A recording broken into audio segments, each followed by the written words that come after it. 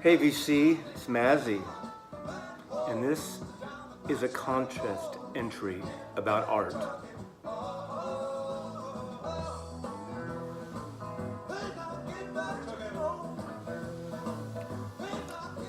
This is for Naaman and his contest, not about subscribers I don't think, just he wanted to do a contest about showing some favorite art packages or art you like, or create something yourself. Well, I'm an art facilitator, not an artist. I appreciate art, I love art, I love photography as you know, but I'm resisting showcasing photographers this time, and I'm just showing 3 packages. He said it can be video games and movies and records. I'm going to stick to the whole premise of the VC, and I've chosen 3 records that used each one had a specific artist who created pretty much an ultimate deluxe package for their product here.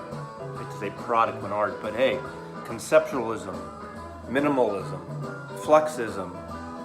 I'm a big fan of Yoko Ono as an artist, as a Fluxus, from the Fluxus movement, pre-John Lennon, pre-Beatles. But I'm not going to showcase Yoko Ono because I've already showcased Yoko Ono. Anyway, we're listening in the background to some music by the Grateful Dead, who's actually going to be the recipient of the 3rd selected art project today. I picked 3. Naaman didn't say we had to pick 3. In fact, I don't think he said how many we had to pick. Maybe just your favorite would be 1. But I think a trilogy works in terms of art. So I'm going to go in chronological order just because, no special reason. And I hate to disappoint you, I'm not drinking a martini today. I'm having a glass of Cabernet.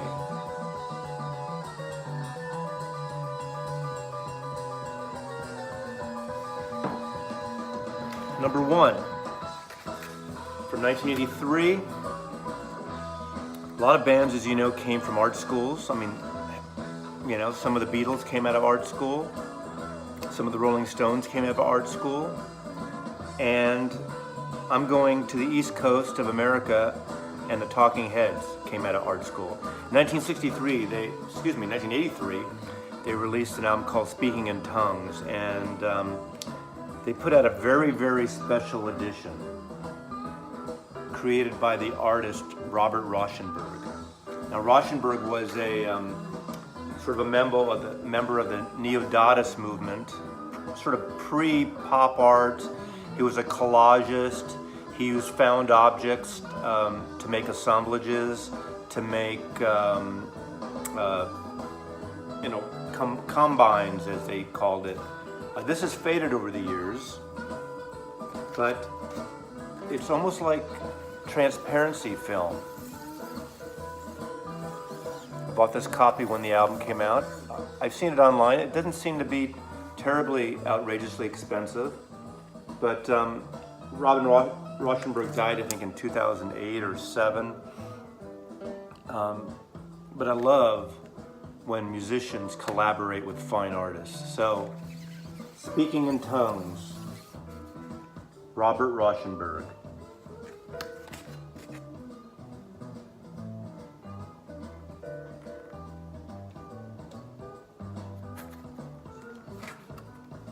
I've never played this version of it, since I have a regular version as well.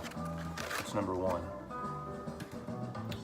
Number 2 is the band, one of my favorite bands, and actually I like once they start getting more arty.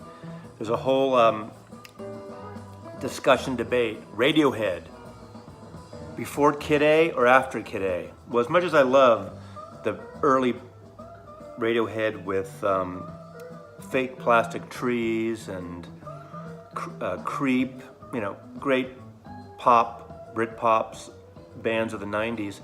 How many of those Brit band 90 bands do you hear really, you know, causing a ruckus anymore and really, you know, shaking things up? Only Radiohead. Kid A was the album that I found, I fell in love with them. I love They're minimalist, they're electronic mixed with rock and roll, they're fusion. I love that. But anyway, a moon-shaped pool. This is a deluxe edition. I always go for the deluxe edition because I'm also a fan of tactile. That's why I like records, because I like the touching, the artwork. And whenever possible, not always, and if it's a band I really like, I go for the deluxe special edition. So this is a special edition you can only get through the band's website. And the artist is Stanley Donwood, and he kind of collaborated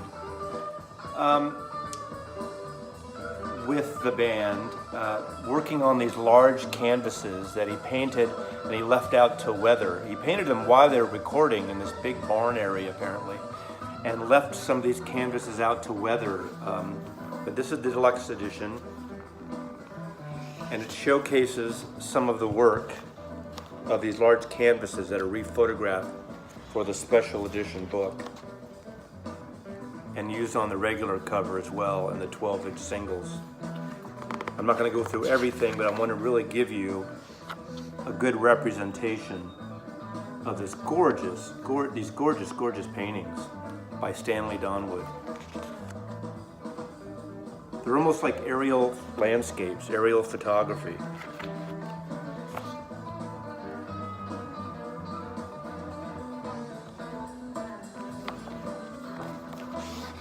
Just stunning, in my opinion.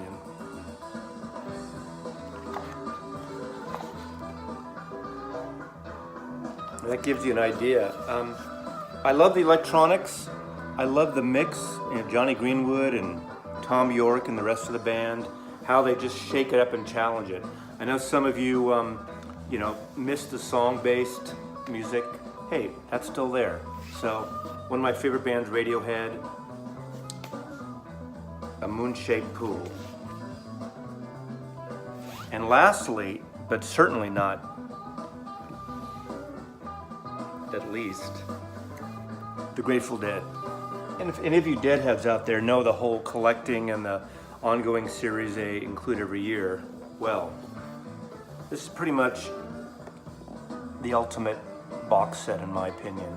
Now, I am a big Grateful Dead fan. I saw them probably 25 to 30 times, so that wouldn't be Deadhead standards, but I first saw them in 1968, 69 in San Francisco at the Hall of Flowers in the Park. I went to a lot of Winterland shows from 71, 72, 73, at the Cow Palace in San Francisco as well, and just, I got into them a lot. I kind of left them around in the late 70s, and when the punk movement came in and everything, and I got a little bored with them, and I kind of revisited them in the late 90s for a while.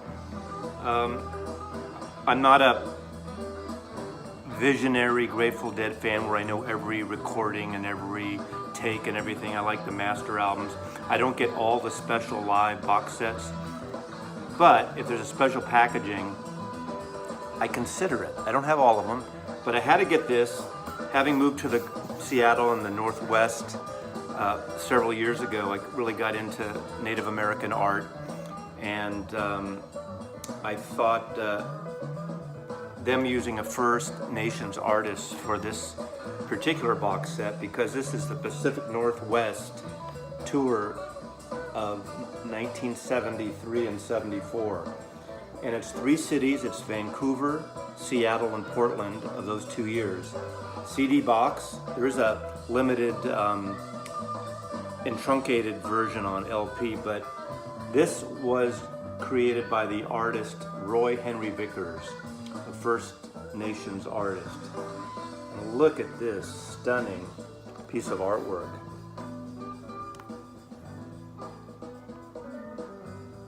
Over the top, I mean, but gorgeous in its own right. In fact, this is what's playing in the background. I believe this is Portland 74 show, if that matters to you.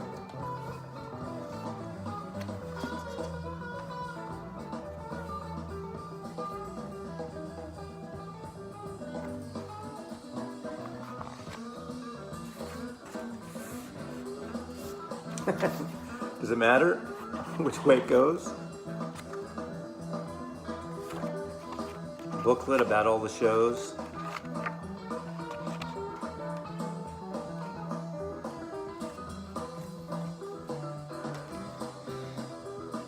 It's almost like a bento box, Japanese bento box, but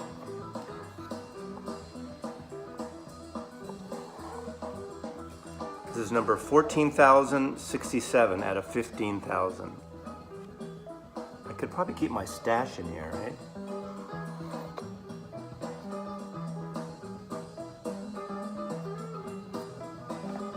And then the CD sets, each I believe is a 3 CD set.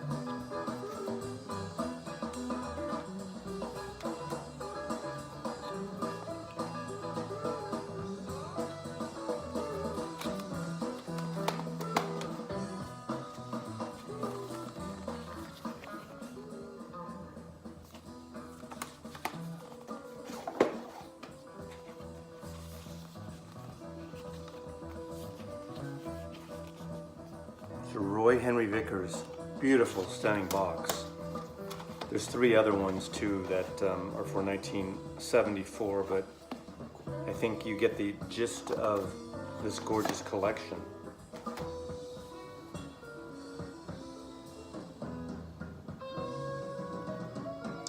So that's my submission for gorgeous artwork. 3 of my favorite art pieces in album, record, CD packages. I always say, a little asterisk here, not a definitive. I'm sure if you caught me on another day, I'd pick 3 other things, but these are pretty stunning and beautiful painted art pieces and collage pieces by these 3 artists. So, you know, I love it. The Grateful Dead, Radiohead, and the Talking Heads love to collaborate with textual, I should say, 3D artists, painters, illustrators, sculptors, collage artists. Anyway, that's it. Mazzy loves you.